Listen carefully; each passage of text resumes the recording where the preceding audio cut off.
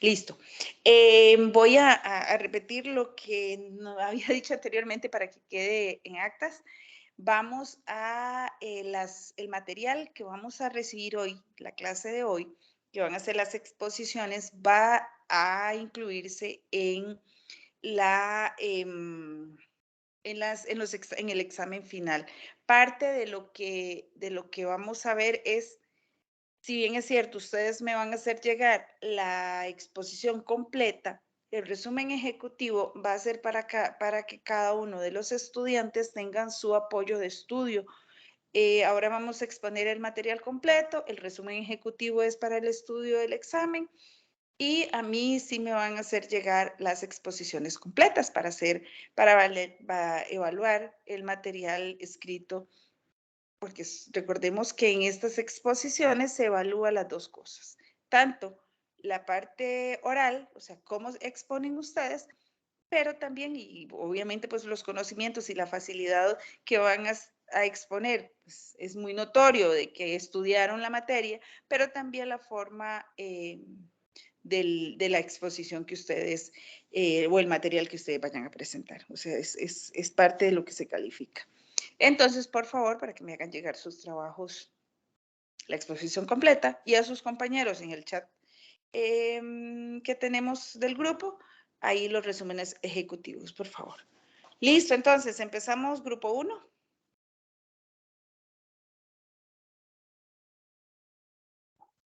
Pame, ¿tú compartes la presentación? Sí, ya lo voy a compartir.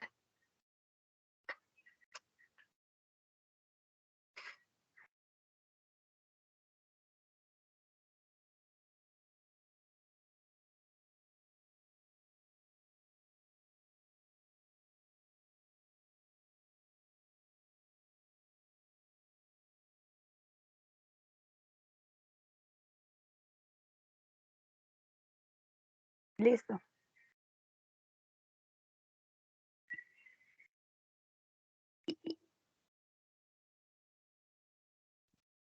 Profe, cualquier cosita que no me escuchen es que se fue la luz y volvió otra vez, por si aquello que me quedara sin luz, entonces no podría seguir, pues para que sepan. ¿Me escuchan? Perdón, yo estoy muteada, entonces nadie me escuchó. Les decía que no se preocupen porque la idea de las exposiciones no es que estudien cada uno su parte, sino es que todo de forma integral y si en algún momento pues una pierde la conexión, no va a haber problema que la otra compañera continúe con la exposición porque conocen el tema. Por lo tanto, pues pueden exponer sin ningún problema porque hicieron las investigaciones correspondientes. Entonces, si te quedas sin internet o alguna situación, no se preocupe que sus compañeras la van a reforzar. ¿Está bien, Pamela? Sí, profe. Listo, adelante. Ok, entonces voy a iniciar. Tema del proyecto, que es la ética médica y evolución de la ética médica. Nombres de los estudiantes. Kimberly Sánchez Arroyo, Mónica Navarro Greno, Kimberly Ríos Acuña, Pamela Aguilera Cordero. Nombre de la profesora Lucy Jiménez. Curso asistente de pacientes. Módulo ética profesional.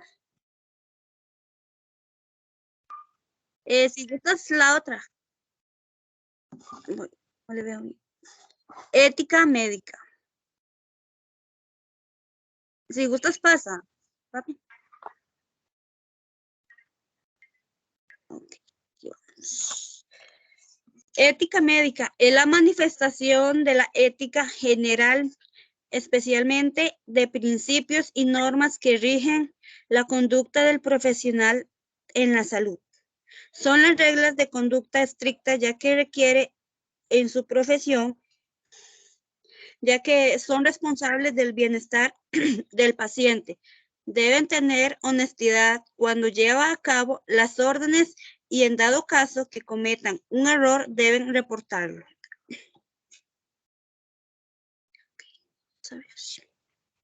Principios de la ética médica.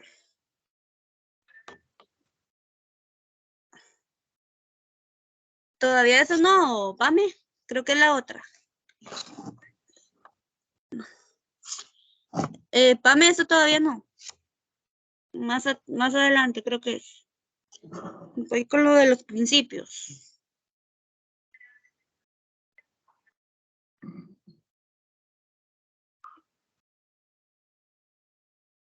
Pame. Ay, pero los principios están muy adelante, de hecho. Aquí. Ahí.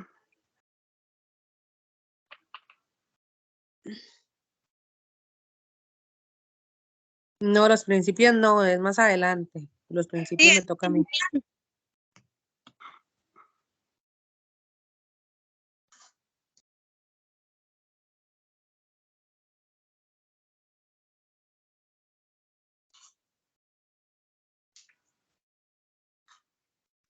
Era por donde iba explicando lo que era la ética médica, Pame.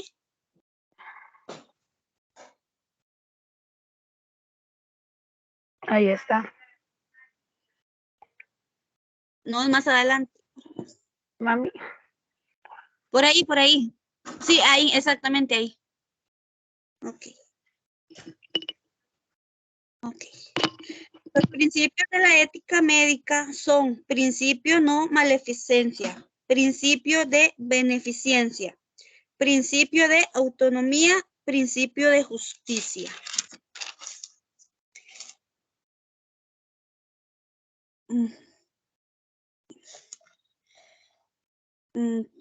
Me voy con lo de las normas.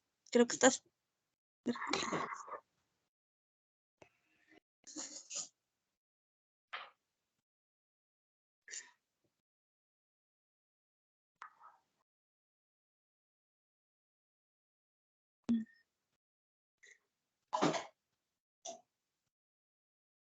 Mónica, no hay ninguna norma.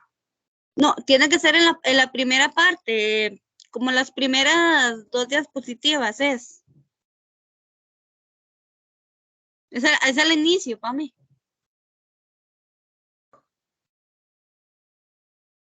Déjalo ahí, ahí. El anterior era, Pame.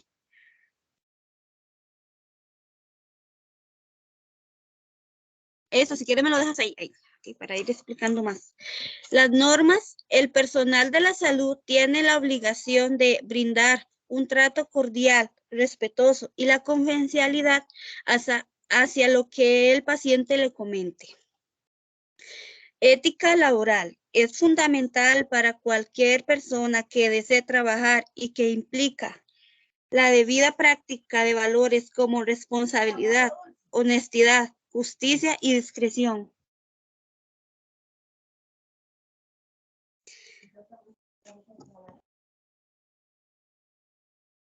La responsabilidad es parte esencial en la ética profesional, ya que hará que cada profesional pueda realizar de forma justa y responsable su trabajo.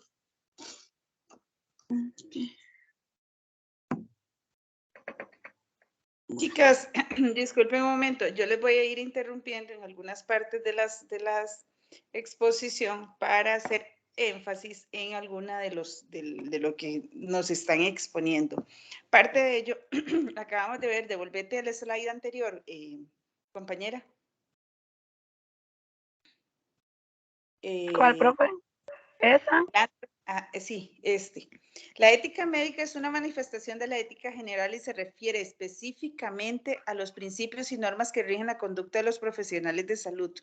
Ahí nosotros tenemos que quedar claros de la conducta que nosotros tenemos hacia nuestros usuarios. O sea, lo que yo les he venido diciendo desde que empezamos este curso, y era tomar en cuenta de la confidencialidad de un usuario nuestro.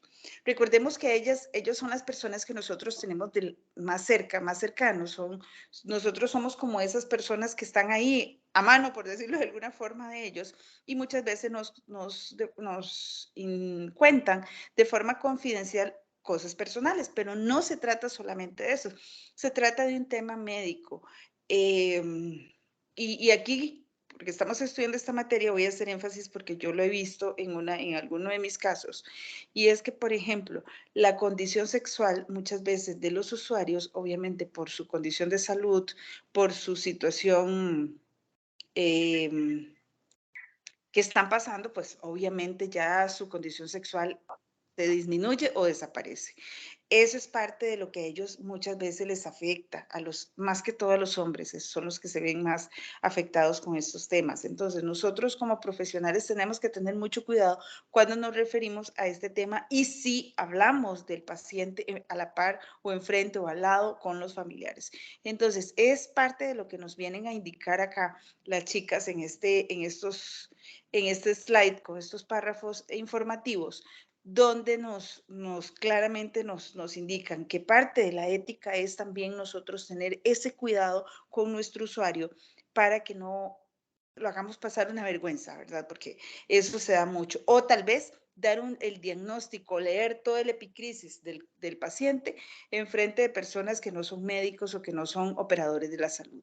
Entonces, eso lo hace sentirse mal, sentirse vergonzoso o muchas veces hasta sentirse deprimido. Me contaba un día de estos una persona que una persona que estaba internada estaba pasando una situación difícil porque los médicos, ya él estaba listo para que saliera, para que le dieran la salida y no le daban la salida. Y él preguntaba, ¿por qué no me dan la salida? Y en uno cuando hubo rotación de médicos, un médico le dijo a otro, cuando está entregando al paciente, le dice, es que él no le damos la salida porque no tiene dónde ir, porque su familia lo dejó abandonado en el hospital. Entonces, eso fue un shock para el usuario. Vea el cuidado que no tuvo el médico en hablar enfrente de él y el paciente se descompensó y fue una situación terrible en darse el cuenta. En el hospital me dejaron tirado, o sea, me dejaron botado.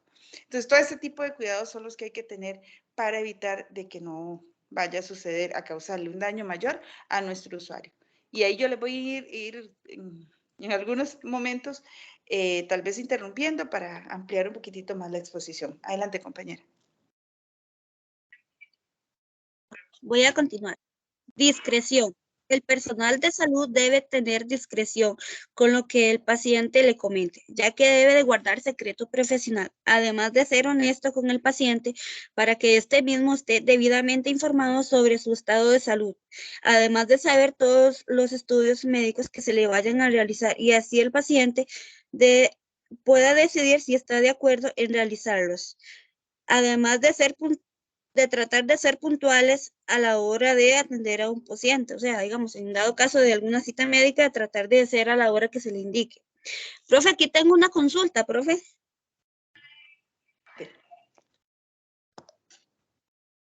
Adelante. Sí, profe, ¿qué pasa, digámosle, digamos, si una persona va y consulta y el médico le comenta, digamos, tal vez que tenga una enfermedad terminal o algo así y que el paciente decida no informarle a la familia, el paciente, el médico de igual forma no puede decir nada en ese caso? Si la persona está en una condición cognitiva correcta, no es un derecho que tiene el usuario de solamente él conocer su diagnóstico. O sea, el familiar, o sea, los médicos a veces por un tema de ayudar al paciente, pues se lo hacen saber, pero también si el paciente dice, yo no quiero que nadie conozca mi diagnóstico, el médico tiene que ser reservado, porque eso es un derecho del usuario. Ah, ok, gracias, profe. Voy a continuar. Pame, si quieres, Profe, una pregunta, pero si el usuario, como usted le llama, está cognitivamente, no está bien, ahí sí se le puede informar a los familiares, aunque él no quiera que sepan, se le puede informar de la enfermedad.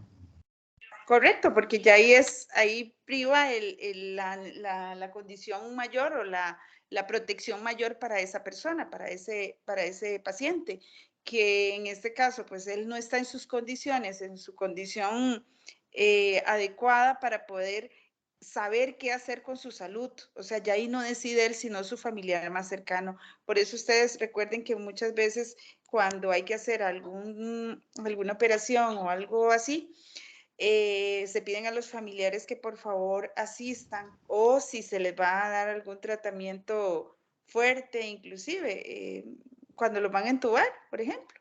Quienes firman son los familiares y quienes deciden son los familiares si lo hacen o no. ¿Por qué? Porque la persona, el paciente en ese caso, no está en condiciones para poder decidir sobre el destino de su salud, o por lo menos en manos médicas, ¿verdad? Porque el destino, al final, quien lo sabe es Dios.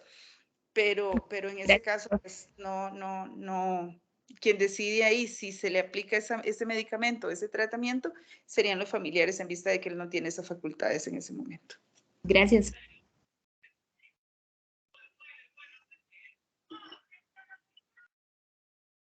Voy a continuar, profe. Historia de la ética médica. Adelante. Si gustas, pasas.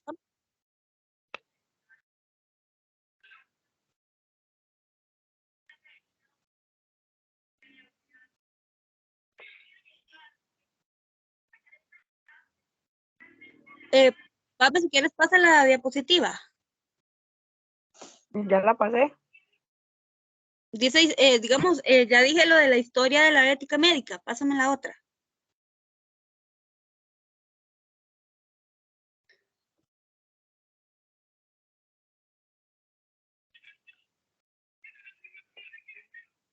¿No se ve? ¿No? Sí, ahí te vemos claramente. Sí, estamos viendo tu slide. Bueno, a mí me parece solo la historia de la ética médica. Bueno, yo aquí tengo el resumen, voy a leerlo, porque no, la verdad que no lo veo. Al griego Hipócrates se le considera el padre de la medicina, ya que fue el primero en hacer ver que las enfermedades tenían causas naturales y no causadas por los dioses. Hipócrates, nacido en el año 1460 a.C., habló de los deberes éticos de los médicos y los plasmó en el juramento, donde los médicos se comprometen en actuar ética y profesionalmente con los pacientes. En 1815 se propone la primera ley que exige una enseñanza formal, medicina, y se plantea una reglamentación ética de la profesión médica. Ya para el año 1847, American Medical adopta el primer código ético que se inspira en la ética médica católica. Eso hace que se crean comités de ética e instituciones que se encargan de la evaluación y vigilancia de cualquier experimento en que tenga la participación de seres humanos. Sería eso por mi parte, profe. Listo, adelante con las otras compañeras que van a continuar con la exposición. Bueno, profe, yo voy a exponer la parte de la compañera Kimberly porque ella no se pudo conectar. Kimberly Sánchez. Listo, adelante. Bueno, dice, ¿qué es la ética profesional?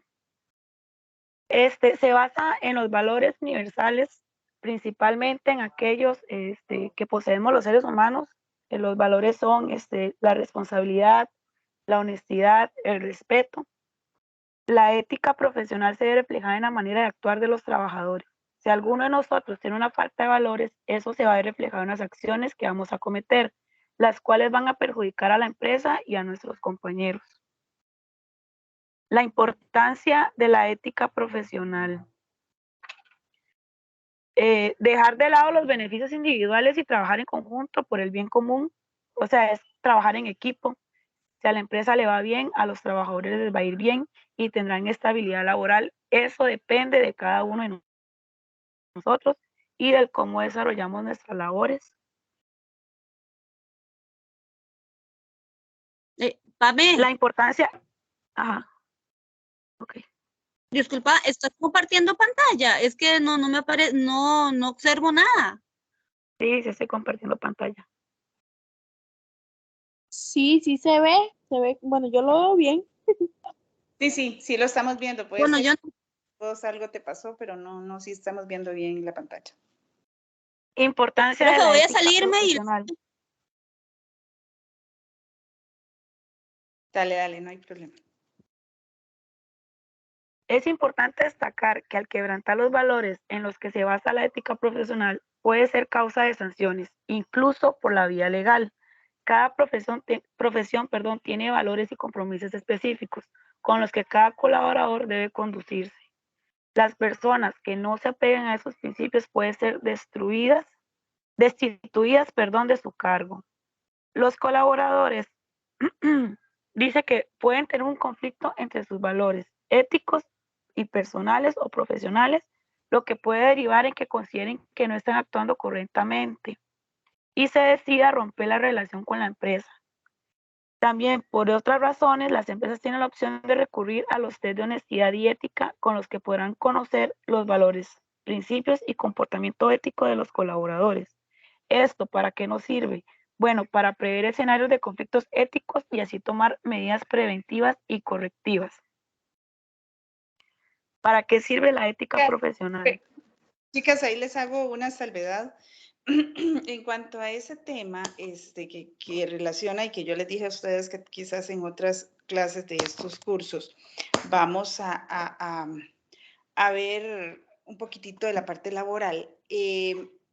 Parte de esa ética que ustedes tienen que tener en sus respectivos trabajos es para el beneficio de ustedes, porque si en uno de los contratos ustedes quebrantan alguno de las cláusulas que hayan en ese contrato relacionado con la ética profesional, ¿en qué? En que, por ejemplo, ustedes al final todo lo que se haga en ese lugar de trabajo, que ustedes lo comenten, lo hablen a terceros no involucrados en el tema, eso a ustedes les puede causar un despido sin responsabilidad patronal. Así tengan 5 años, 2 años, 3 meses, 4 meses, 5 meses, se van a ir despedidas con su carta de despido sin responsabilidad patronal. Lo pueden incurrir en ese grave error. Parte de que también pues, pueden verse en un proceso judicial por divulgar, mostrar una foto o un expediente, hablar de una patología de un usuario. Todo ese tema ustedes lo pueden incurrir en situaciones de índole legal. Entonces, pues para que tengamos ese cuidado, ¿verdad? Nosotros vamos a hacer ese trabajo. No puedo, si me salí de esta empresa, ir a otra empresa o a otro lugar de cuidado y llevar la información de la que yo tenía en la otra empresa. Eso también los puede incurrir a ustedes en un grave problema y es parte de quebrantar las normas de la ética profesional. Por eso, pues, cuidado con esos temas, ¿verdad? Parecen sencillos, pero sí es de mucho cuidado que hay que tener. Liz Berlin, perdona, aquí vamos a hacer una exposición interactiva. Dale, Liz Berlin. Yo lo que quería preguntar o salir de duda es como ejemplo cuando, digamos, no decir nombres ni nada, ejemplo, como a veces algunas personas dicen, mire, ejemplo, X persona me llegó con un problema así, digamos, también se puede ver perjudicado uno como profesional. No. Ya ahí pues estaríamos hilando muy delgado y no, ya ese tema ahí en ese sentido no, porque quizás, por ejemplo, yo aquí les pongo ejemplos a ustedes de situaciones que me pasan con mis usuarios o con mis colaboradores. Eso no, aquí yo no estoy diciendo el señor aquel, el nombre aquel y es que él tiene esto y es que el diagnóstico de su epicrisis dice eso. No, aquí no hablamos de esos temas. Entonces, y si no es relacionado directamente con una persona, sino un comentario sobre algo sucedido, no vamos a tener problemas. El problema es que usted llegue y diga, es que el paciente que yo tengo tiene esto y esto y esto sin la autorización, sin decírselo al médico de cabecera o al médico de LEVAIS de la clínica del hospital, porque obviamente pues ellos sí tienen que conocer cuál es la patología del usuario o del paciente. Pero si yo hago el comentario únicamente por, perdonen el costarriqueñismo, por chismear, pues créame que eso sí le puede incurrir en problemas. Ah, bueno, está bien. Gracias.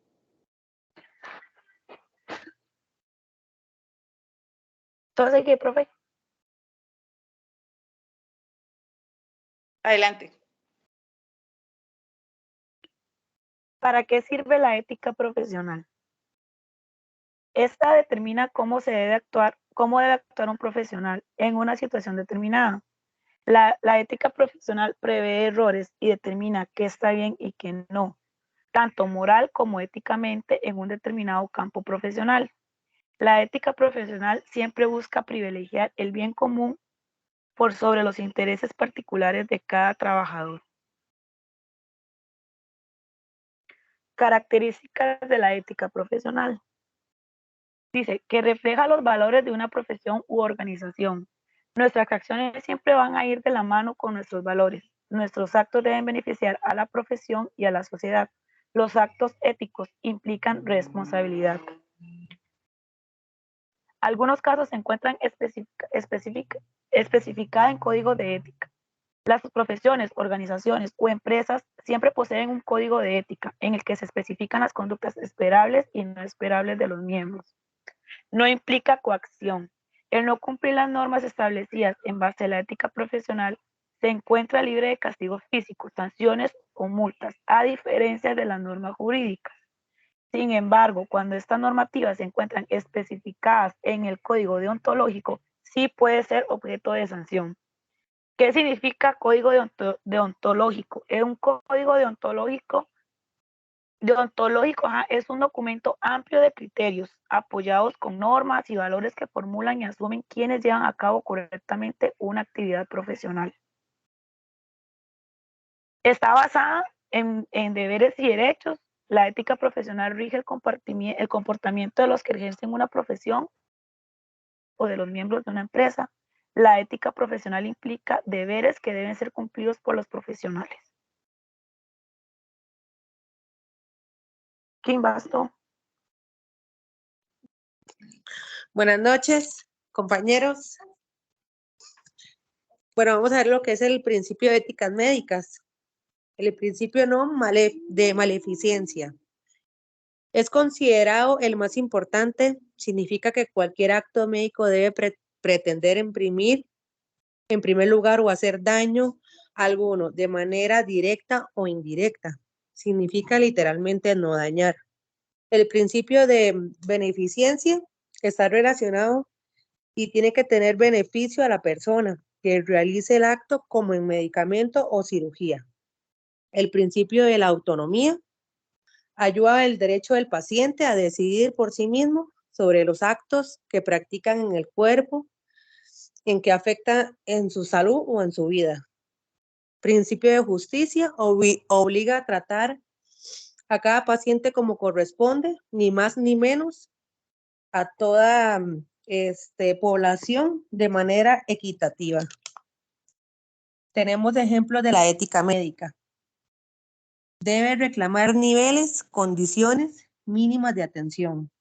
Derecho a trabajar con niveles de condición. Contra la persecución de lucro. Autonomía, independencia, discriminación. Derecho de exigir a un acompañante. Objeción de conciencia, derecho de suspender la relación médica del paciente, registrar histórica en la clínica, segunda opinión, información del paciente y facilitar ayuda espiritual y religiosa. El dilema éticos en la medicina. Entre los principales dilemas, los éticos de los médicos se encuentran agravios a la autonomía del paciente. Es un derecho que el asistente ha de decidir sobre su propio cuerpo y aceptar o no el tratamiento médico. Inexperiencias, les falta experiencia al entender. Con la rudeza, la mayoría no ofrece un trato cálido a las personas que acuden, no desarrollan conexión emocional apropiado en el paciente. La negligencia médica es un acto mal realizado por parte de un proveedor de asistencia sanitaria. Se desvía de los estándares aceptados en la comunidad médica que causa algunas lesiones del paciente. La evolución de la ética médica. Hace 2500 años describe los principios de la ética médica, muchos de los cuales siguen vigentes el día de hoy. La actualidad de todos los fundamentos éticos se recoge en códigos de ética medicina. La ética medicina cambia conforme la sociedad y su brújula moral. Para ver el avance de la ética, práctica médica, nada mejor que comprobar algunas prácticas médicas virtuales y hace décadas nos parecía aberrantes del día de hoy. Muchísimas gracias.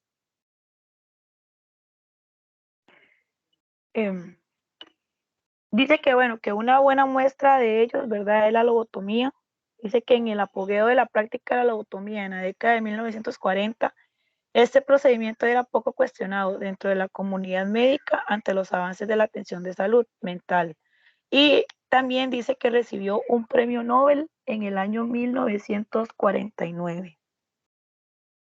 Dice que la ética médica siempre ha sido vital en la vida, pero ahora más en la actualidad, porque se ha podido descubrir la relación que tenemos en nuestra vida con los actos médicos y el respeto hacia la vida.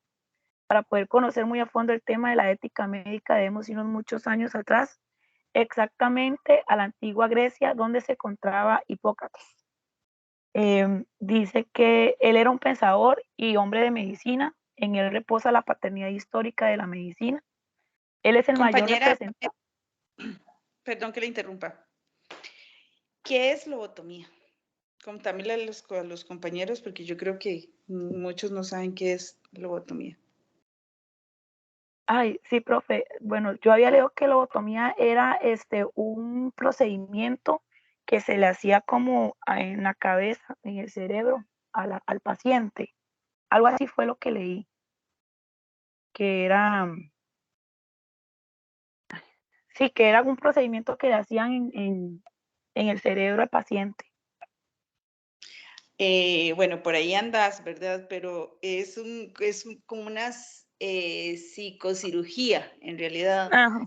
que se realiza y pues por todos los mitos y situaciones que las personas tenían, nadie le gustaba como que se dieran cuenta, por hablarlo con palabras simples, de esa situación médica que tenía la persona. Entonces, esas son precisamente las patologías que debemos de tener cuidado, porque muchas veces las personas que tienen alguna situación de salud, bueno, antes recordemos que cuando alguien, bueno, traigámoslo a lo más cercano, el COVID.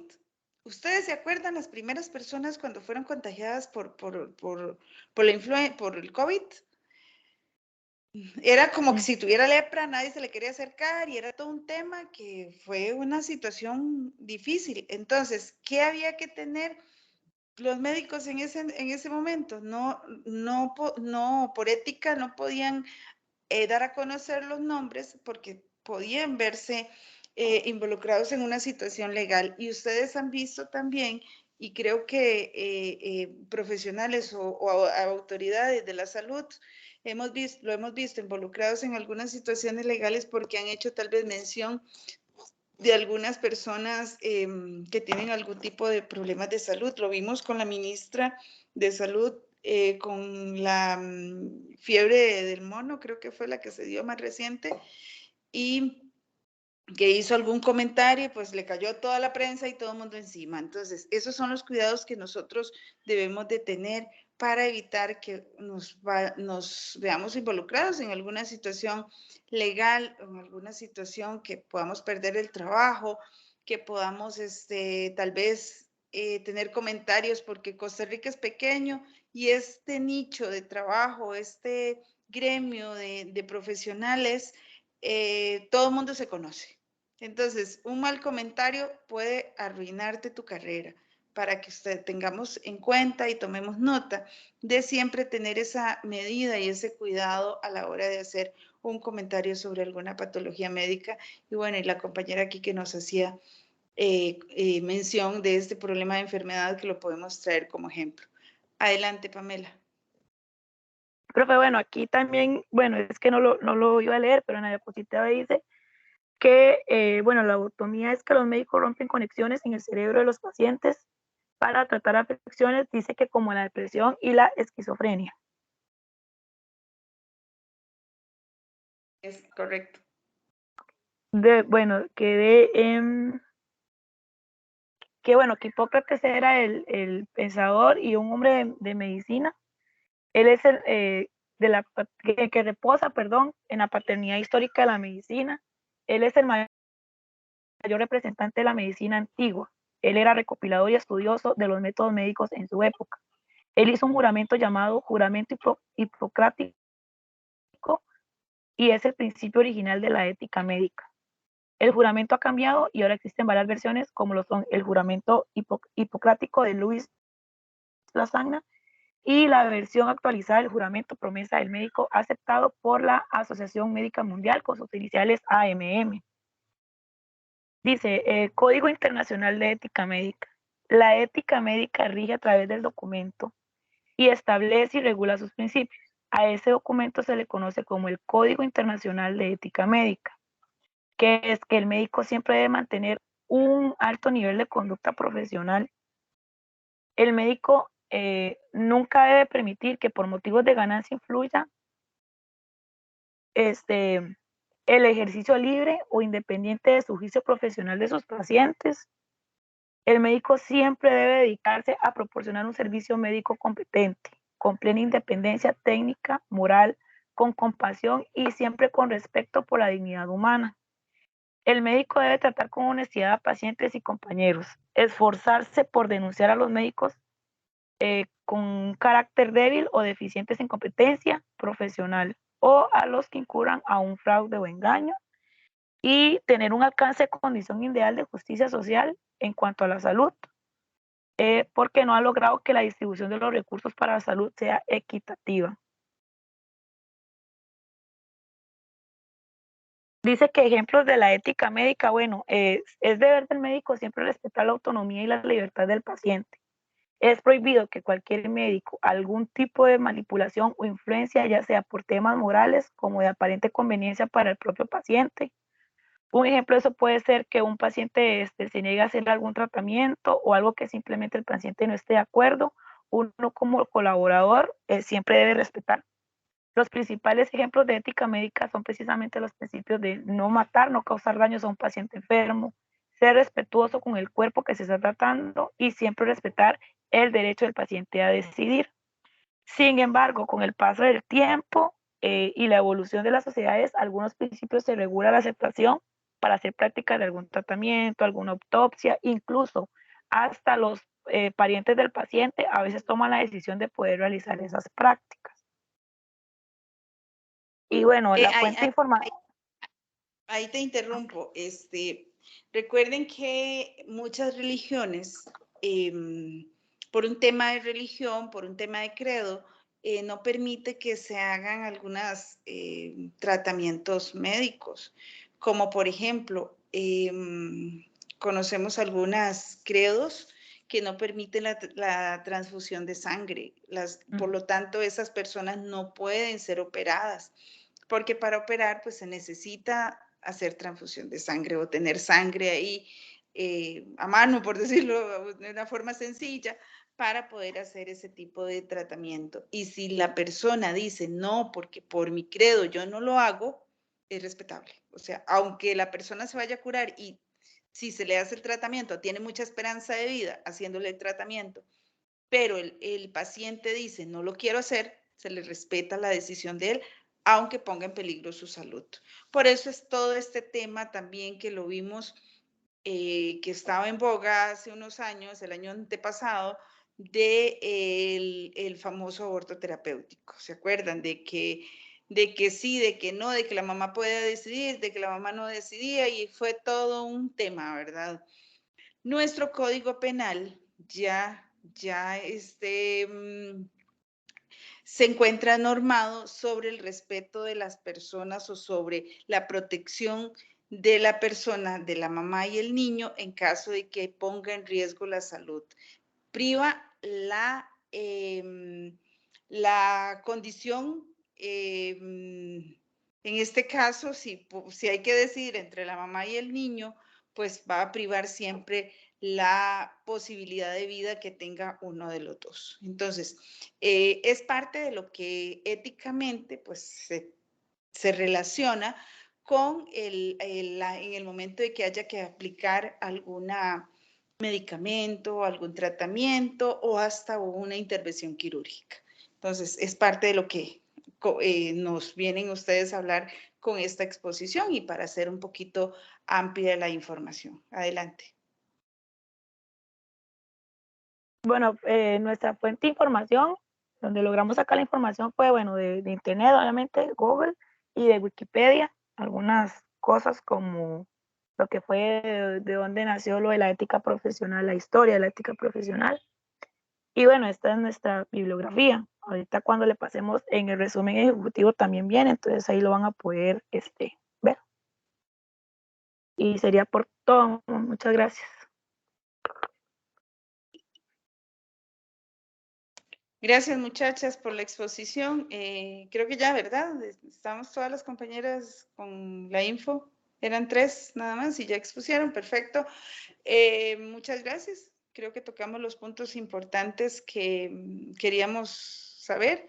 De verdad que lo hicieron muy bien. Así como a veces le llamo la atención, pues también debo de reconocer cuando las cosas se hacen bien. Las felicito. ¿Hay alguna pregunta, algún comentario, algún aporte, ya sea del grupo o de todos los que estamos escuchando la exposición de los compañeros? ¿Algún aporte o alguna pregunta que tuvieran que hacerle a ellas? Ellas estudiaron a profundidad la información, por lo tanto, pues creo que están capacitadas para contestarnos cualquier pregunta.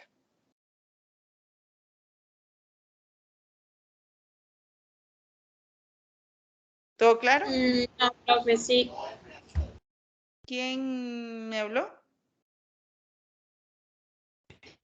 Todo claro, profe, soy Ogel. Ok. Profe, Listo. profe, yo sí quería como agregar algo más. Adelante, Pamela.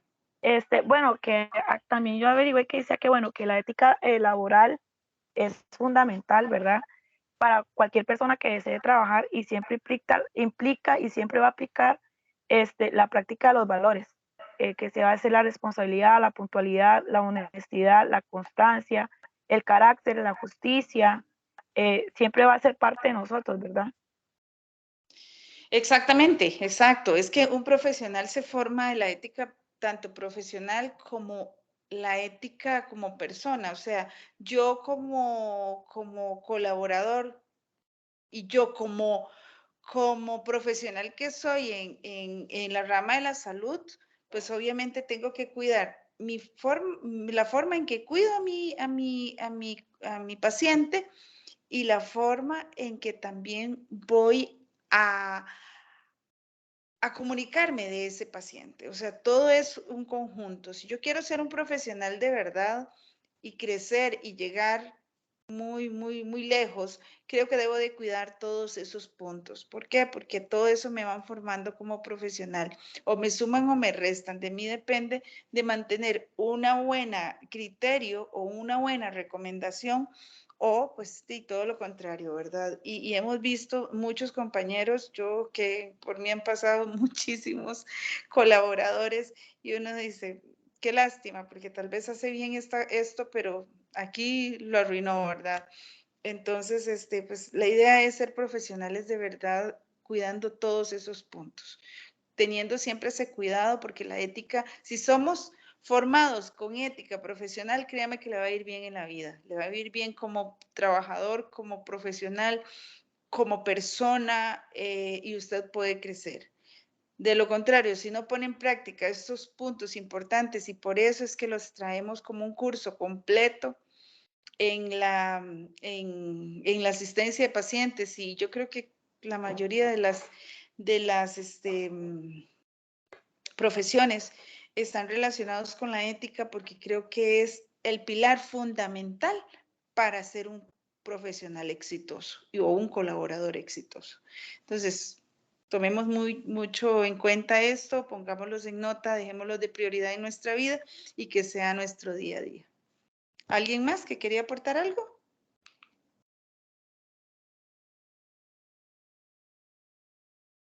¿No hay más? Listo, entonces, chicas, seguimos con el grupo 2. No olviden pasar, bueno, vi que me habían enviado algo, creo que ya pasaron el resumen ejecutivo. No, bueno, En el tanto lo tengan, lo hacen llegar, que sea esta misma semana, por favor, porque recordemos que viene las otras exposiciones y ya estaríamos con lo del examen. Adelante, chicas del grupo 2.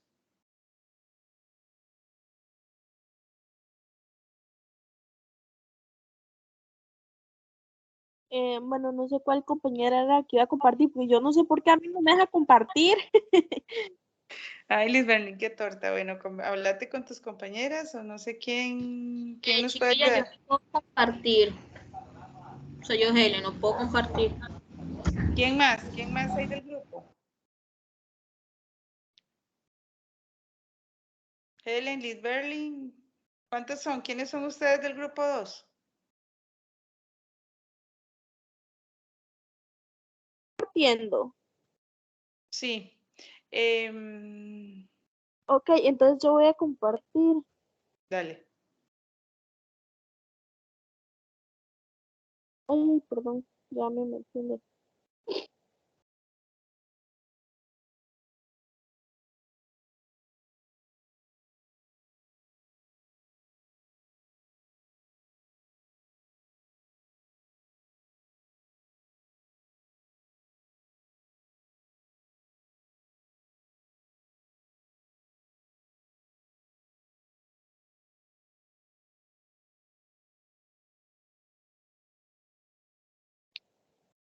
¿Se ve? Sí, Ok. pero está muy pequeño. Tiene los 3 puntitos que está allá en la esquina. Ajá. Y luego no veo. Profe, ¿cómo era, profe? No, dele en esta cosita. Ajá, exacto. Ahí, listo. Ajá. Bueno, buenas noches.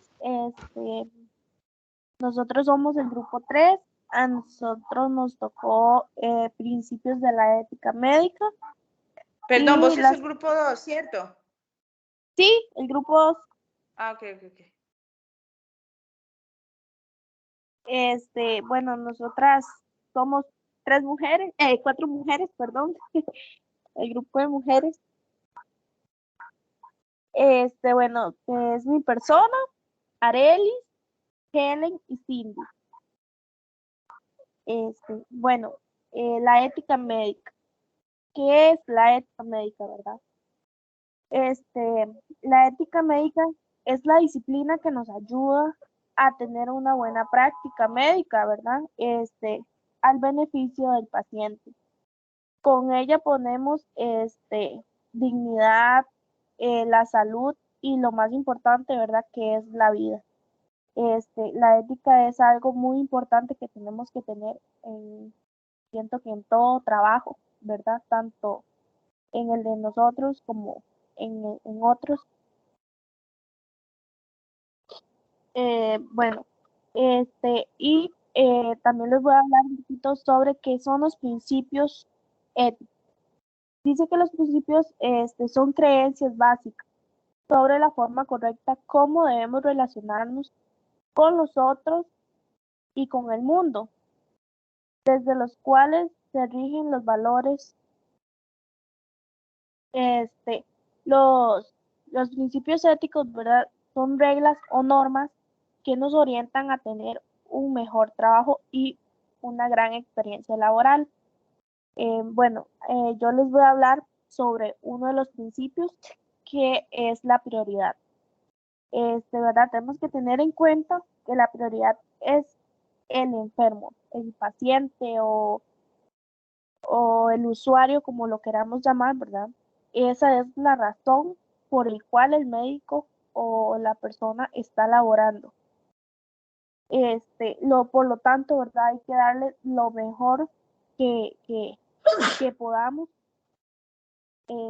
darle un trato adecuado, ya sea tomar en cuenta un caso personal, económico, de género o cultura. Siempre, ¿verdad? Tenemos que tener esa prioridad que es necesaria para una persona hacer su trabajo. Hay que dejarlo al lado los estereotipos o como los quieran ver, ¿verdad? Y tener esa prioridad que son nuestros pacientes, nuestros usuarios. Bueno, esto sería mi presentación. Se lo dejo a la otra compañera. Gracias.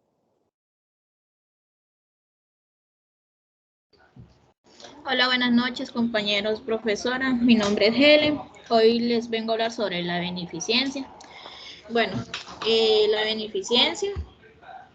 ¿Me escucha, profe? Claramente.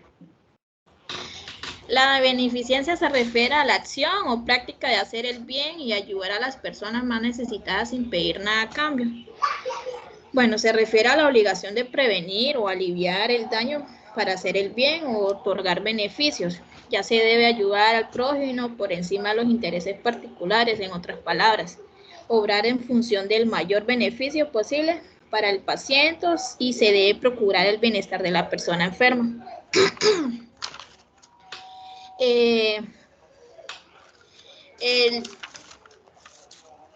El primer principio de toda ética profesional es la beneficencia. Este principio tiene doble significado, pues consiste en hacer bien una actividad y hacer bien a otros mediante esa actividad bien hecha.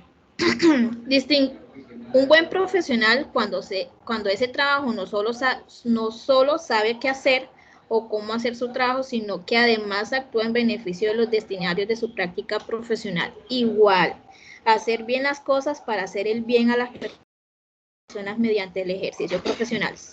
Supone 4 elementos. Debemos ser competentes, eficientes, diligentes y ser responsables. Ejemplos: preocuparse y dedicarse a la atención de los pacientes, preocuparse por su autosuperación para mantener la competencia y desempeño profesional que se le permitirá brindar la atención de calidad. Profe, a mí me toca hablar de otros, pero a la otra diapositiva le toca a la otra compañera.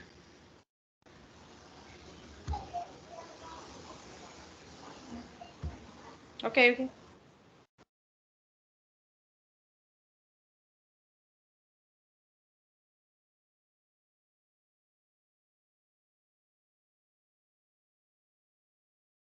¿Quién sigue?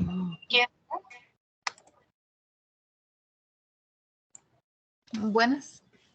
A mí me toca esta otra parte sobre el humanitarismo.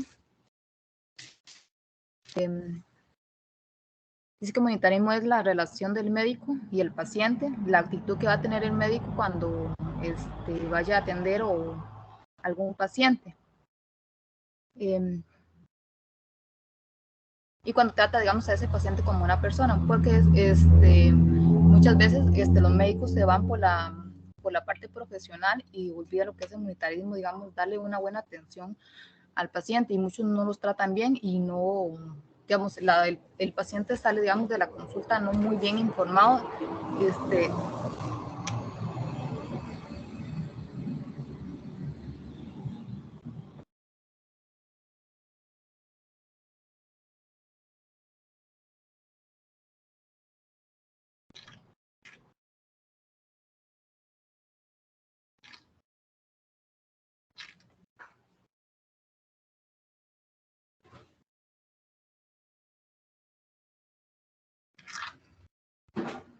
Se escucha porque tengo muy mal el internet.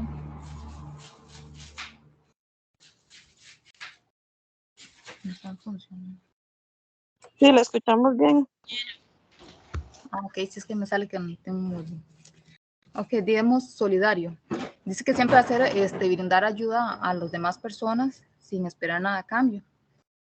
Digamos, en los años pasados dice que no tenían cómo ayudar a las personas, digamos, como cuando ocurría un desastre, no tenían cómo trasladar ese paciente desde ese lugar. Entonces, lo que hicieron fue construir lo que era, bueno, lo que son las ambulancias, para poder trasladar al paciente, digamos, del lugar donde hubo un terremoto o algo así, poder brindar esa, digamos, ayuda donde el paciente lo necesitaba.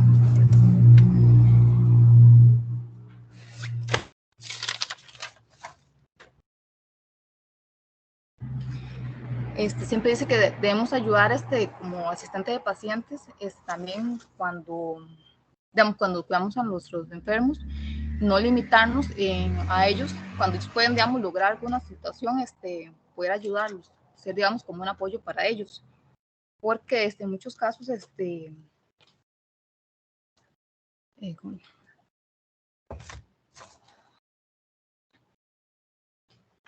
en muchos casos no les damos el apoyo que ellos requieren, y a veces lo que hacemos es como que ellos se sientan inútiles a la hora, digamos, de ellos poder lograr algo.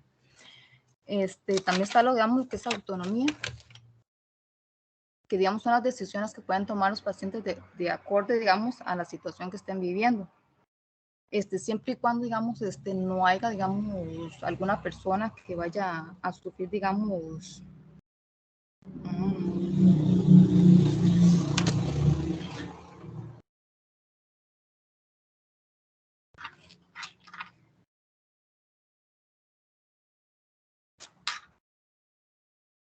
¿qué se escucha? Es que se me pega el micrófono.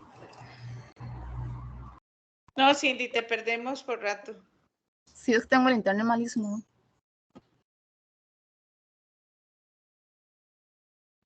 Sí, digamos, lo que está bien en autonomía, que dice que es la decisión que puede tomar el paciente, y que, digamos, que el médico no lo vaya a persuadir y no lo haga, digamos, como cambiar de opinión a lo que él realmente, digamos, que él quiere, pero siempre y cuando no se vea afectado la salud o el bienestar, digamos, del paciente.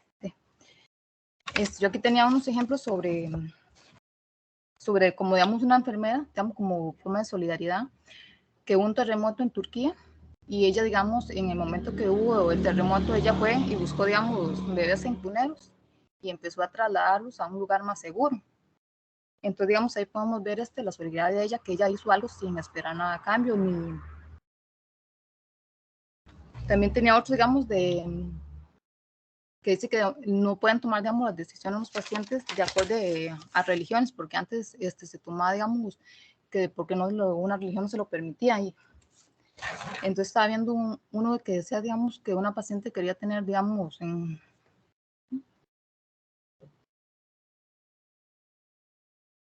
¿sí se escucha? Porque se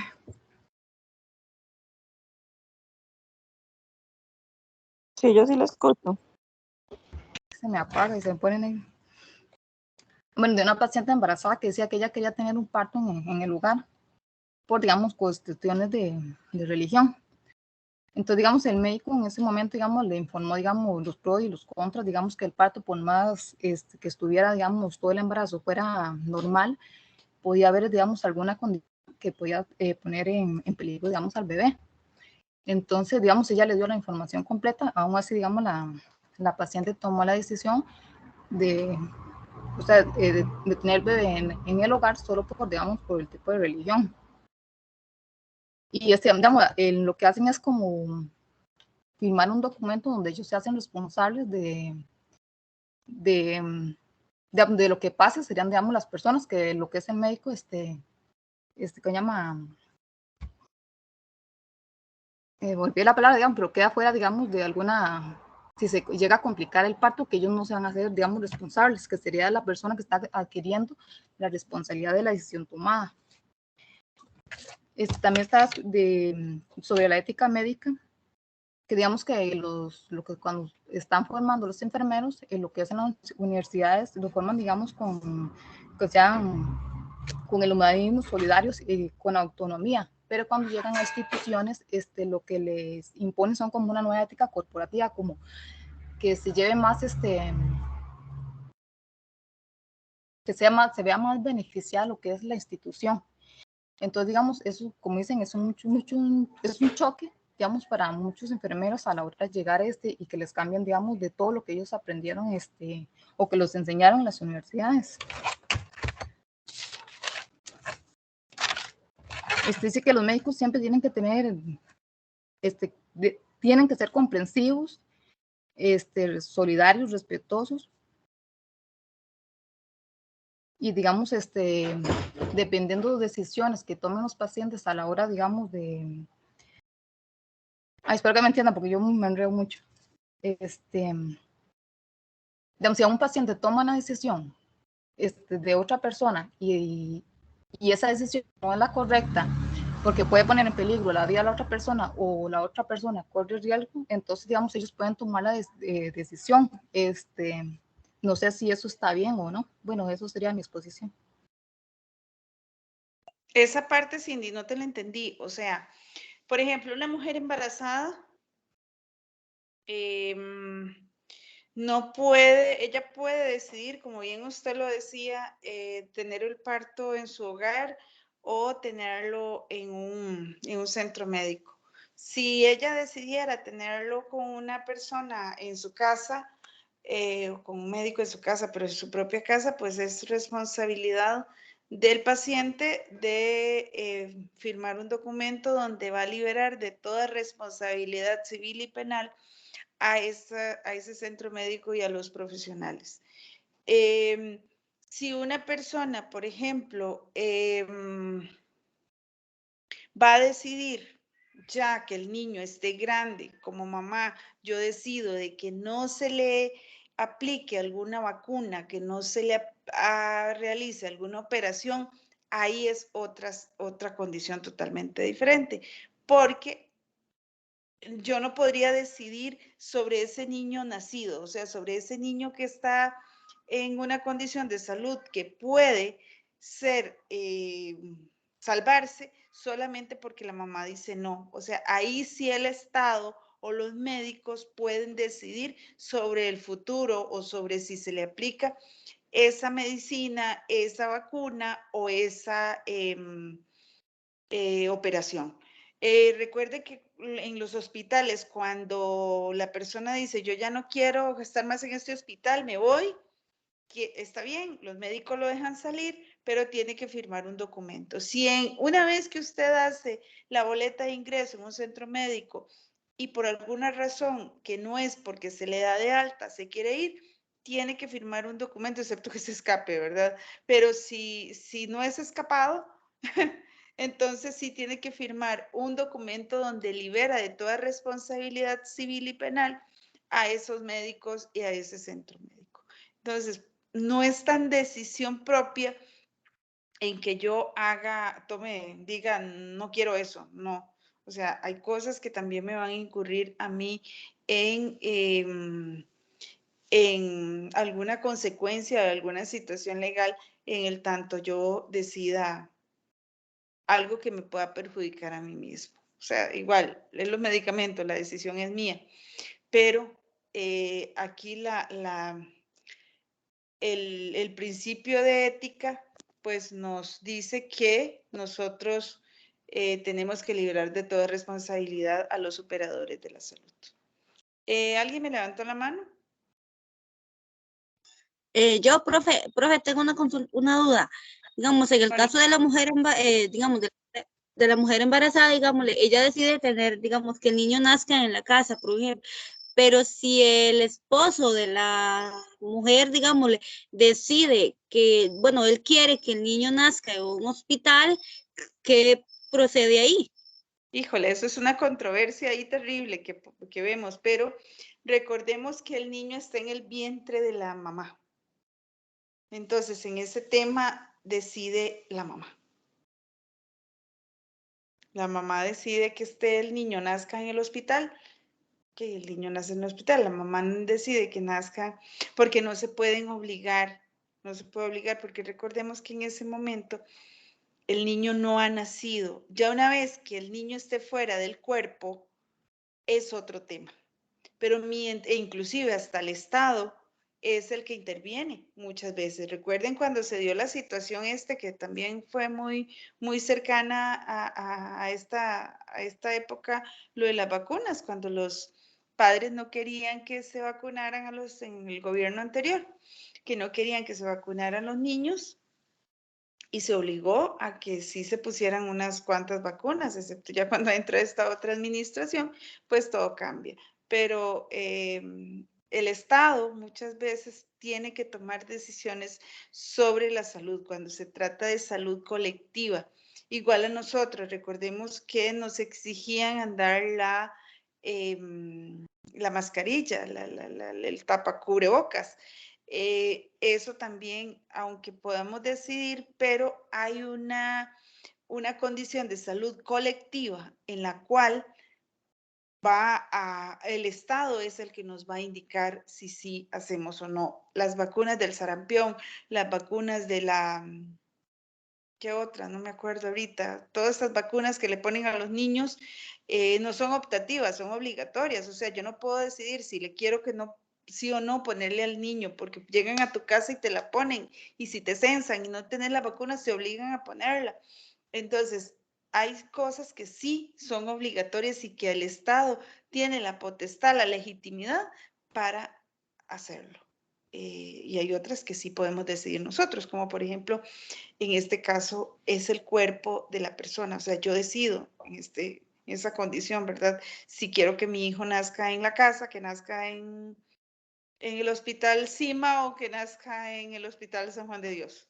O sea, ya esa es una decisión propia. ¿Qué sucede si esa mamá entra en una crisis, en una condición de salud, y aunque ella esté en la casa y pierde su estado cognitivo, ahí podemos actuar, porque ella no está en su condición de decisión, que son escenarios totalmente diferentes. Por eso es un poco complicado todo esto, y pues ahí poco a poco les puedo ir explicando algunas legalidades que hay sobre este tema.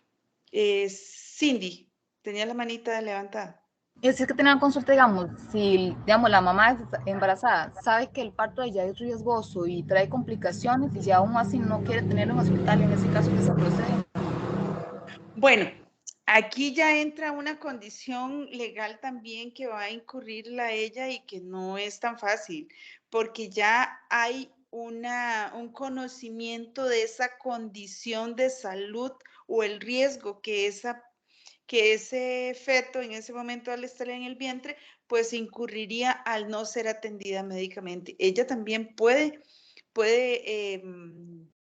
ser procesada legalmente por negar el derecho a la vida a ese menor. Recordemos que el derecho a la vida es un derecho constitucional que tenemos todos los seres humanos. Entonces, ahí ella le está coartando la vida a ese menor o a ese feto, en ese caso, que todavía está en su vientre.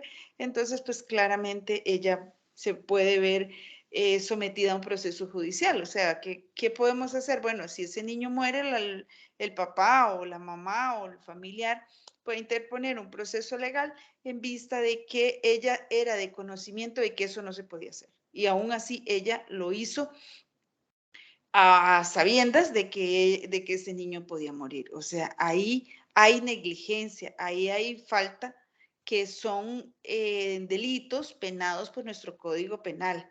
O sea, que está legislado. Entonces, pues ahí se puede ver en un proceso legal y no un proceso civil, sino un proceso legal, proceso legal penal, que recordemos que el Instituto Penal, pues obviamente siempre, casi siempre el castigo es con cárcel. Entonces, porque ahí podría presumir o podría haber una presunción de un delito de homicidio, porque omitió que ese niño naciera, solo porque se le ocurrió, ¿verdad? Entonces, pues, se puede puede incurrir en alguna situación, en un proceso legal.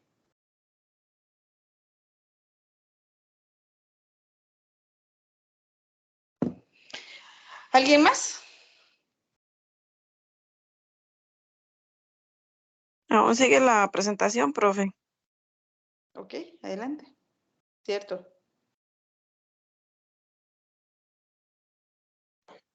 Helen, ¿sigues vos?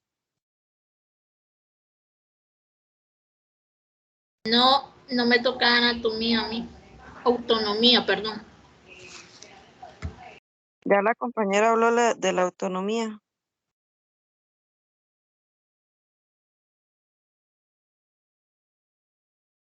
Esa también la compañera la habló.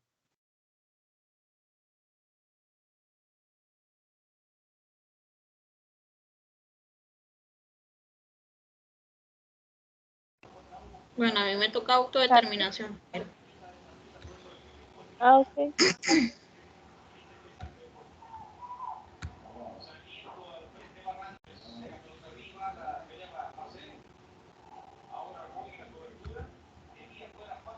Adelante, la compañera de autodeterminación. Bueno, profe, autodeterminación personal, bueno, se refiere a la capacidad que tiene una persona para decidir por sí mismo. El derecho de libre determinación de los perdón. El derecho a la determinación, el paciente tiene derecho a la autodeterminación, a tomar decisiones libremente en relación a su persona. El médico informará al paciente las consecuencias de su decisión. También tiene derecho a negarse a participar a la investigación o enseñanza de la medicina que se le por ejemplo, capacidad de una persona para decidir por sí misma. Se aplica como regla discutible en cualquier situación. Se hace referencia a nuestra capacidad de tomar decisiones sobre nuestras identidades y nuestro futuro, definir por nosotros mismos quiénes somos, quiénes deseamos ser sin el control de personas o fuerzas externas. Luego me toca hablar sobre consentimiento informado. El consentimiento informado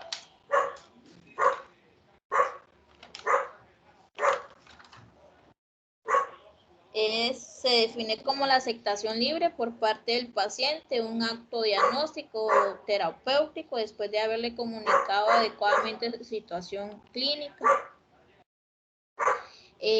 Los elementos que componen el consentimiento informado: voluntariedad, información de cantidad suficiente, información de calidad suficiente y competencia. Bueno, voluntariedad es un individuo que está libre, ejerce a su determinación de autorizar cualquier intervención médica para sí mismo. Competencia, la capacidad del paciente para comprender la situación a la que se enfrenta, los valores que están en juego, los cursos de acción posibles a las consecuencias previsibles a cada uno de ellos, para continuar a tomar, expresar, defender una decisión que sea coherente con su propia escala de valores.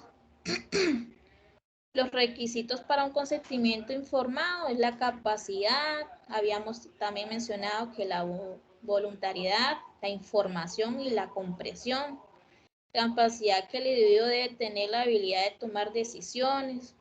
La comprensión es la capacidad de que el paciente debe comprender la información relevante.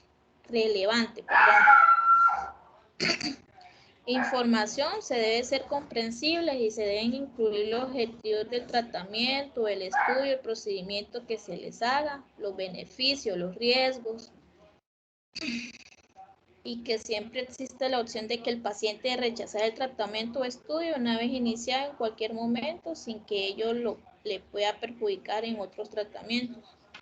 El responsable del consentimiento informado, el profesional es el encargado de ejecutar el procedimiento, explicará en qué consiste, cuáles son los resultados esperados, el tiempo estimado a la intervención, días de hospitalización, complicaciones más frecuentes que se puede producir. En el estudio tiene en cuenta que se debe dirigir al paciente con lenguaje claro y entendible. En caso de que el paciente sea pediátrico o mentalmente impedido, se le dará información completa al adulto legalmente responsable. Como ejemplos, de los elementos de consentimiento informado. Bueno, competencia, el paciente vigil, lúcido, con capacidad jurídica para otorgar el consentimiento informado. Lo mismo para el caso de representante legal, cuya función de proporcionar los datos adecuados necesarios a quien se debe tomar una elección para que pueda hacerlo sin riesgos. La voluntariedad de que le permita al individuo decidir libremente si quiere o no someterse a un estudio de tratamiento. Y bueno, y para hablar un poquito de cada principio, de los que yo aprendí, bueno, un poquito de cada uno, bueno, para mí anatomía es tomar decisiones informadas. La beneficencia es actuar siempre buscando el bien del paciente. La otra era maleficencia, no infringir daño intencionadamente. Y justicia, tratamiento equitativo y apropiado de pacientes. Nada más sería, profe. Gracias, compañera. Ahí cuando hablamos de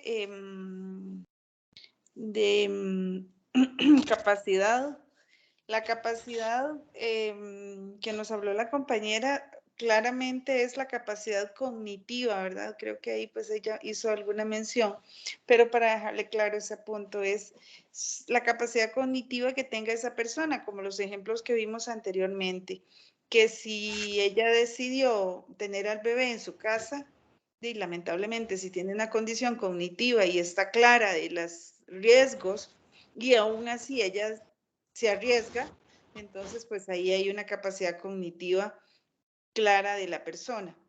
Si no tiene capacidad cognitiva, claramente ella no puede tomar esa decisión. La decisión la va a tomar el profesional.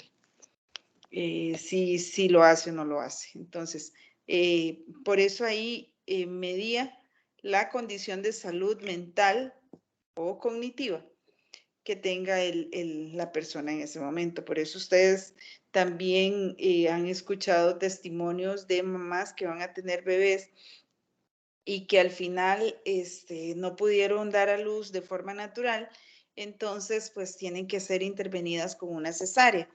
Y muchas veces le piden la firma a un tercero, a un familiar, porque ella no está en una condición de firmar en ese momento ese consentimiento de ser sometida a una operación de cesárea en este caso. Entonces son todos esos parte de información que debe conocer la persona, por eso dice consentimiento informado, eso se refiere, el consentimiento informado es única y exclusiva para una persona en condición cognitiva clara. Cuando hay reducción de condición cognitiva o no existe en ese momento porque la persona tiene alguna patología que se le impide, pues obviamente no estamos bajo ese principio. ¿Hay alguna pregunta? ¿Alguien más que quiera hacer algún aporte? Seguimos con la presentación, profe. Perdón, es que está muy interesante. Adelante, siga, compañera. Bueno, mi nombre es Arelis y les voy a conversar sobre los últimos 3 principios de la ética. Tenemos lo que es la confidencialidad.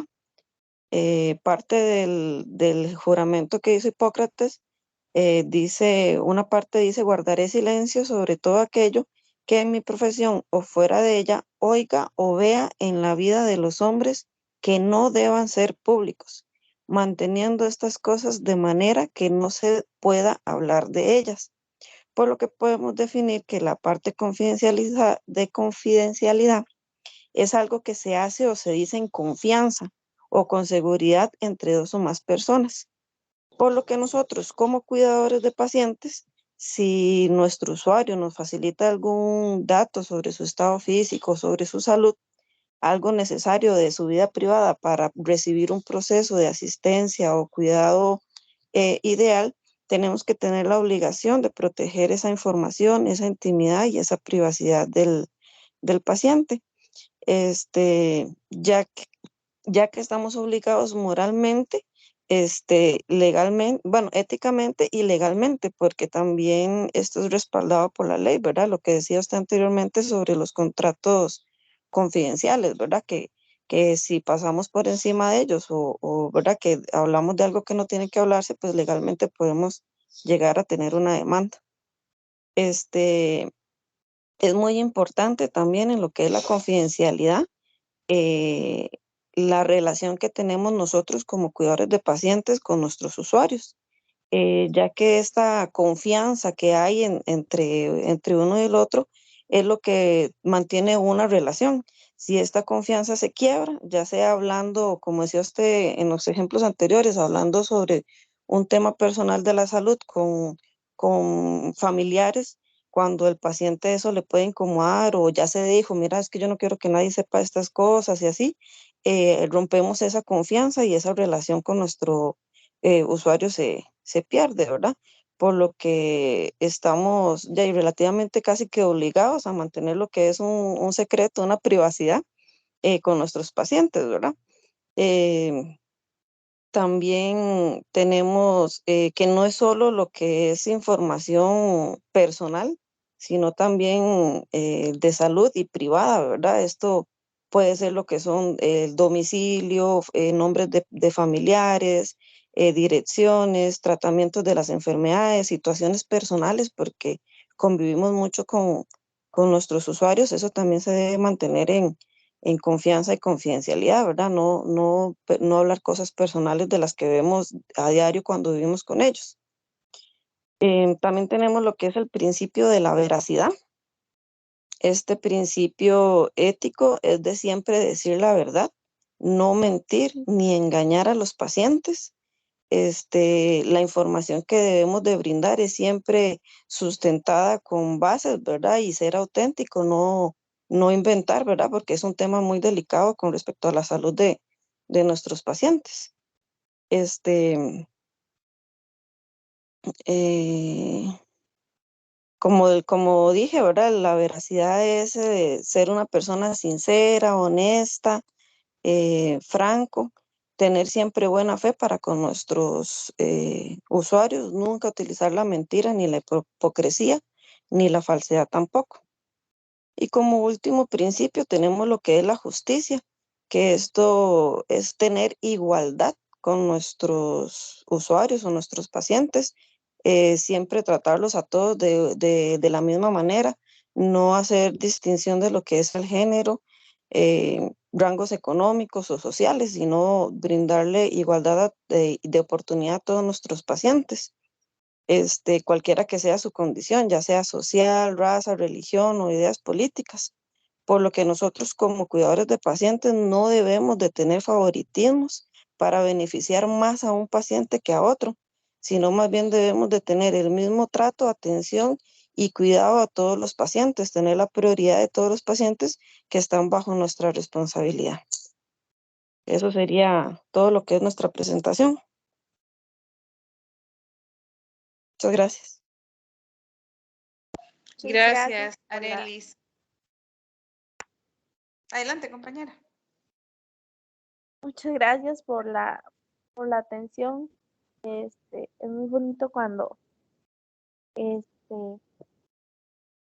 prestan atención, ¿verdad? Y así uno se siente que bien que lo están escuchando. Entonces, muchas gracias. Cierto, ciertísimo. No, gracias a ustedes, de verdad que también hicieron un trabajo pues bastante bien elaborado. Creo que tocaron los puntos, como le digo, de mucha importancia y creo que hemos hablado bastante sobre la ética, hemos hablado y ya en algunas otras clases yo les he dado algunas pinceladas sobre la ética y parte de ello es también, hasta con video lo hemos visto, de lo que es no hablar de sus comportamiento frente al paciente, eso es parte de la ética también, que si se defecó en la ropa, por favor, no se lo hagan, no hagan comentarios con los familiares, con los otros asistentes en frente del usuario, sino todo lo contrario. Mejor esperemos que él no esté o que no se comió toda la comida o comentarios negativos no los hagamos en frente del usuario. Frente a él, hablemos positivamente, porque ya situaciones negativas son muchas las que las acogen a ellos. Entonces, creo que hablarle positivo y siempre a ellos hay que hablarles en positivo. Es parte de nuestra ética, es parte de nuestro trabajo de hacer un apoyo para esa persona. Ahora, algo más, si ustedes están o van a trabajar en un centro de cuidado donde hay más de una colaboradora y hay más de un paciente y ese paciente a mí no me corresponde, pero ahorita tiene una necesidad en el momento, es ética, profesional, moral de atender a esa persona aunque no me toque a mí. A mí no me toca, qué pena, que se espere hasta que la otra compañera se desocupe o pueda llegar para que lo atienda. No, eso no es ética ni moral ni profesional. Ética moral y profesional es atender de inmediato la necesidad, porque para eso hemos sido preparados, para atender a personas que necesitan. Por eso se llama asistencia de pacientes. Eso nunca se les olvide. ¿Qué es un asistente de pacientes? Son un sinfines de funciones que ustedes tienen para poder ayudar en diferentes áreas. Los médicos tienen atenciones específicas, pero un asistente hace de todo. Que eso ustedes lo tengan claro, que hacen de todo. Entonces, un enfermero está solo para la parte de enfermería, un médico la parte de medicina, pero un asistente de pacientes, vean lo amplia que es esa palabra, ¿verdad? Para que ustedes lo tengan muy en cuenta. Y pues si en algún momento tuvieran que asistir a alguien porque es un ser humano que necesita en ese momento el apoyo, véanlo como eso, como un ser humano que necesita el apoyo, no como alguien que no me toca a mí. Nunca ver a sus colaboradores, a sus usuarios, perdón, o a sus pacientes como un número, sino verlos como una persona. Así como ustedes tampoco son un número, ustedes son personas. Entonces, y espero que en el área laboral también lo vean en ese sentido. Pero bueno, lo importante es que nosotros vamos a ver a nuestro paciente como una persona, no como un número, para que hagamos esa conciencia. ¿Algún aporte, alguna pregunta que les quedara sobre la exposición, chicas?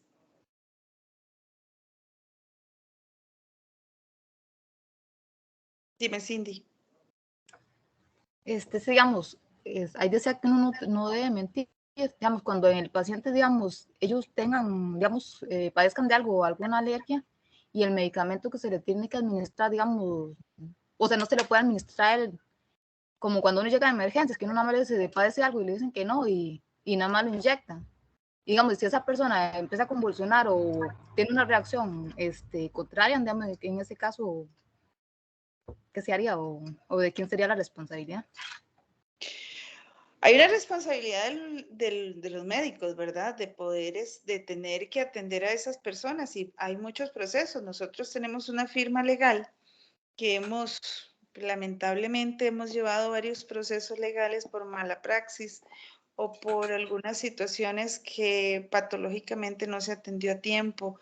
Teníamos un caso que yo atendí hace poco de una paciente de uno de los hospitales que le amputaron una pierna por negligencia. Una mujer sana que lo que tenía era un desgaste de la rodilla terminó y sin ningún problema de salud terminó con una pierna amputada por negligencia. Entonces, es responsabilidad del médico dar una atención adecuada. Y vuelvo otra vez, y perdonen que yo les traiga tanto el tema legal, pero yo creo que eso también es importante que ustedes lo conozcan. Será porque a mí me apasiona también esto. Pero es importante conocer el derecho que a mí me asiste como el deber que a mí me asiste. Por eso ahí va en el camino, vamos viendo algunos temas relacionados con eso cuando se vaya ajustando a las materias que vamos viendo. Pero sí, es responsabilidad del profesional de hablarle claro al paciente con su condición de salud, ¿verdad? y todo con medida, porque también hay que ver la parte ética si eso también me lo permite. Entonces, pero los profesionales en salud están preparados y ustedes están preparando precisamente para esto, para estos temas. Mónica, ¿nos ibas a decir algo? Sí, profe, una consulta. ¿Qué se hace si es el paciente el que le miente al médico, digámosle? En el dado caso que uno acompaña al paciente, digámosle, y tal vez si el doctor le pregunta si tiene algún síntoma y él dice que no, y nosotros sabemos que tal vez él tenga algún síntoma que le esté afectando y no se lo comenta al médico. Ahí tenemos nosotros que decirle, digamos, lo que le pasa al paciente. Pues sí. A mí me ha pasado. En muchas ocasiones los pacientes pues se cohíben en algunos temas y no lo hacen saber. Entonces yo lo que hago es pedirle al doctor, ¿me puedo quedar con vos un ratito o antes o después para decirle claramente cuál es el problema de salud? Si en ese momento el paciente no lo quisiera hacer saber, ¿verdad? Por vergüenza, porque no, por cualquier razón que fuera, pues ahí dependiendo del tipo de paciente, porque si nosotros estamos con un adulto mayor, si estamos con una persona con discapacidad, pues claramente no tenemos ningún problema en hacerlo. Ojalá no lo hagamos enfrente de él, tratemos de hacerlo en privado para que él pues no se sienta penado. Pero si las circunstancias nos obligan, pues hay que hacerlo porque es por un tema de salud. ¿Alguien más? Gracias, profe. Con gusto, Mónica. Karen, creo que vi que vos levantaste la manita, ¿nos ibas a decir algo? Sí, profe, pero era como un comentario.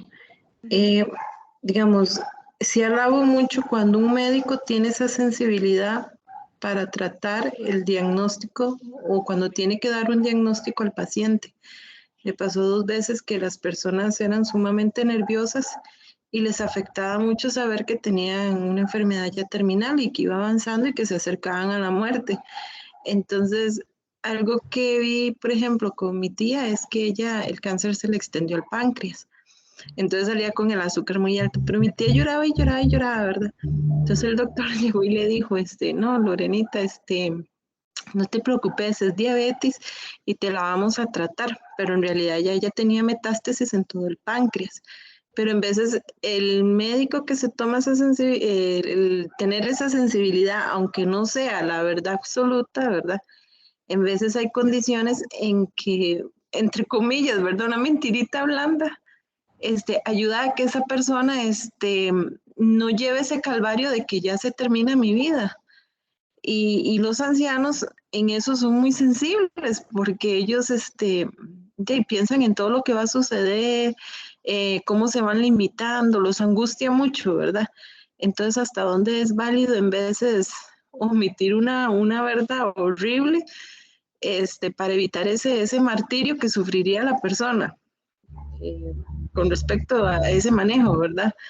Que tiene sus pros y sus contras, sí, pero en veces por sensibilidad hay que decir la verdad o ¿cómo decirlo? Maquillarla, decía yo, ¿verdad? Porque ellos en veces hasta se le quedan viendo a uno a los ojos y me va a doler mucho y me va... No, tranquilo, acuérdese que hay un medicamento que nos va a ir ayudando, que vamos a ir tratándolo y así.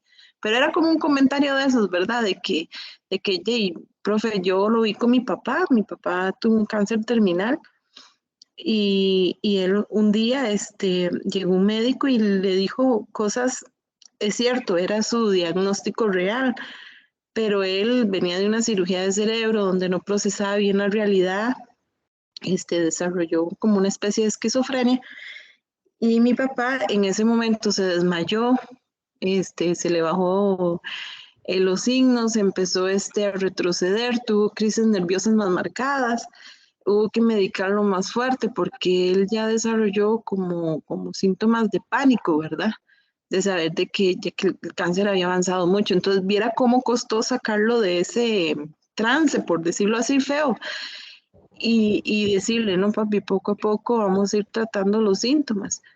Pero sí, de lo que decían las compañeras de la sensibilidad, de tener esa, aunque tenga que decir la veracidad, pero saber decir las cosas con carisma, porque en medio de esa prepotencia y petulancia de ese médico, imagínese, destruyó la autoestima de mi papá y mi papá colapsó totalmente. Entonces, qué difícil que tus últimos días estén totalmente llenos de horror también, ¿verdad? Es como ese el aporte que quería mencionar. No, buenísimo, excelente. No, por eso hay que tener mucho cuidado. Inclusive nosotros como cuidadores debemos de tener ese cuidado si nos toca que ir a asistir a nuestro paciente al médico, pues hacerle saber al médico previo alguna situación, o sea, cuál es la condición real de esa persona que es muy nerviosa, que le puede afectar más que beneficiar, que le den una mala noticia. Entonces, todo ese tipo de cosas, porque puedes, no, al final, es la persona cargando con ese problema de salud y sumado a eso una depresión que no le van a dar ganas ni de tomarse los medicamentos. Entonces, pues nosotros como asistente debemos de hacerle saber al profesional la condición o cuál es su sensibilidad del usuario para evitar de que pues, le vaya a afectar en peor forma, para que también lo tengamos en cuenta. Es parte de nuestro trabajo hasta en eso, muchachos. O sea, es que es un montón de cosas. Es tanto lo que nosotros tenemos que dar. Por eso yo también siempre les hablo del cuidado que ustedes deben de tener, porque la función de ustedes es sumamente importante. ¿Listo? Bueno, ya vimos la primera parte de las exposiciones. Nos quedan 3 exposiciones para el próximo sábado. Si Dios quiere, nos vemos a las 3 de la tarde, como normalmente lo hacemos, ¿verdad? Muchísimas gracias por conectarse, muchachas. El sábado, pues para mí fue una situación ahí que no podía dar la clase, de verdad, se me salió de las manos y no logré hacerla ahí por un tema de familiar que tuvimos que resolver. Pero muchas gracias a todos los que sacaron este tiempo para conectarse y las chicas que no, pues ahí está la grabación para que hagan un repaso, porque sí, creo que la clase estuvo muy interactiva, muy importante y pues nos va a sumar mucho si aplicamos todas estas recomendaciones que hemos aprendido el día de hoy. ¿Algo más que quieran aportar, muchachas? O de lo contrario, pues entonces a descansar porque mañana hay que trabajar nuevamente. Listo. Gracias. Listo. Buenas noches, profesora. Que descansen. Chao. Buenas noches, profe. Buenas noches, profe. Chao.